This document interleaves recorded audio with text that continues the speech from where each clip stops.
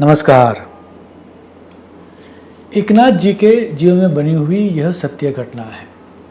अब एकनाथ जी को संत क्यों कहा जाता है और हम संत एकनाथ क्यों कहते हैं, यह घटना से स्थापित हो जाता है।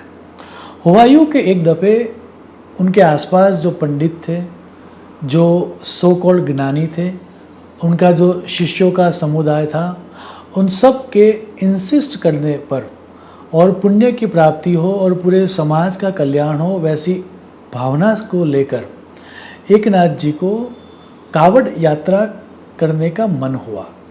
अब कावड़ यात्रा का अर्थ ये था कि प्रयाग से गंगा जल को कावड़ में भरा जाता और फिर उसी जल को रामेश्वर जाकर, दैट मीन्स एक तरह से देखने जाओ तो पूरा भारत भ्रमण हो जाएगा। रामेश्वर जाकर आपको वहाँ पर उसी पानी से उनको जल चढ़ाना होता था, तब जाके कावड़ की यात्रा संपूर्ण होती थी। तो कावड़ में प्रयागराज से गंगा का जल लेकर एकनाथ जी और उनके साथ जो भी शिष्य समुदाय था, जो भी ज्ञानी लोग थे, वो सब निकल रहे थे। हुआ यूँ कि रास्ते में एक जगह पर डेजर्ट आता है, रण प्रदेश आता है। वो लोग जा ही रहे थे, गुजर ही रहे थे। वहीं पर एकनाथ जी ने देखा कि एक गधा प्यासा, पानी के बगैर, ऑलमोस्ट अबाउट टू डाई, उस तरह की अवस्था में पहुंच चुका था। यह स्पष्ट दिख रहा था कि उसको प्यास लगी है और पानी अगर नहीं मिला तो किसी भी क्षण उसके प्राण जा सकते हैं। बाकी सब लोग तो आहिस्ता आहिस्ता उसको मरता हुए देखकर जा रहे थे। एकनाथ जी नहीं जा पाए, वो वहीं पर रुक गए और उनके पास जो कावड़ में उन्होंने पानी भरा हुआ था, गंगा जल भरा हुआ था, वही गंगा जल उन्होंने गधे को पिला दिया। अब आसपास के जो लोग थे वो तो काफ़ी असंतुष्ट हुए। बात यहाँ पर भी नहीं रुकती। गधे ने पानी तो पी लिया, लेकिन जितना कावड़ में था उतना पानी पीने के बाद भी वो सिर्फ उसकी आंखों में चमक आई, लेकिन फिर भी वो खड़ा नहीं हो पा रहा था और मानो कि वह एकनाथ जी को ये कह रहा था कि थोड़ा और पानी दे दो।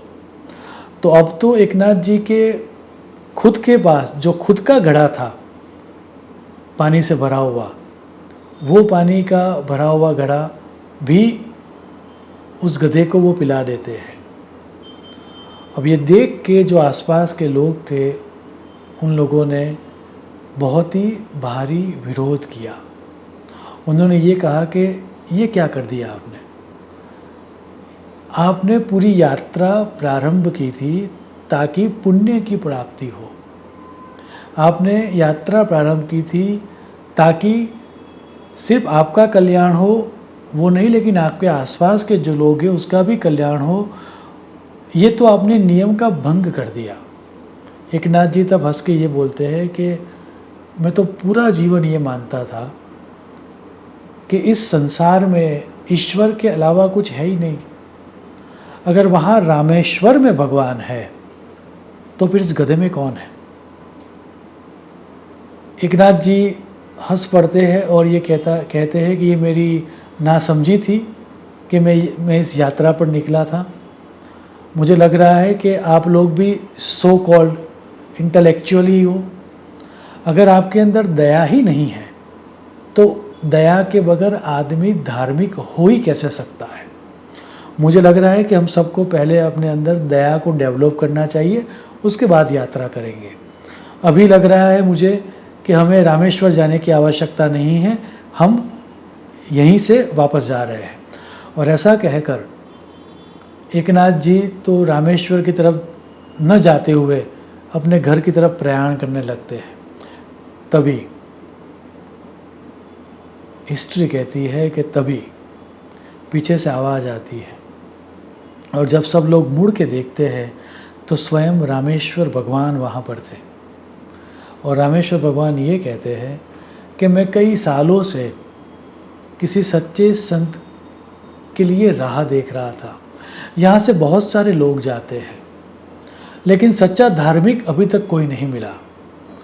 जिसके अंदर दया ही न हो वह व्यक्ति धार्मिक कैसा। आज तूने जो भी पानी पिलाया वो मुझे ही पिलाया, और आज तेरी दया के कारण ही तेरी जो पूजा थी वो मुझ तक पहुंच गई। अब तू वापस घर पर जा सकता है। इसी बात को समझाते हुए तुलसीदास जी कहते हैं कि धर्म का मूल क्या है। धर्म का मूल ही दया है। कोई व्यक्ति स्पिरिचुअल है या नहीं है उसका पता कैसे चलेगा। कितनी वो पाठ पूजा कर रहा है उससे पता चलेगा, वो कितना मेडिटेशन करता है उससे पता चलेगा, वो कितनी चैरिटी करता है उससे पता चलेगा, शास्त्र कहता है उससे पता नहीं चलेगा। अगर वह मर्सीफुल नहीं है, अगर उसके अंदर दया ही नहीं है, तो वह व्यक्ति स्पिरिचुअल हो ही नहीं सकता।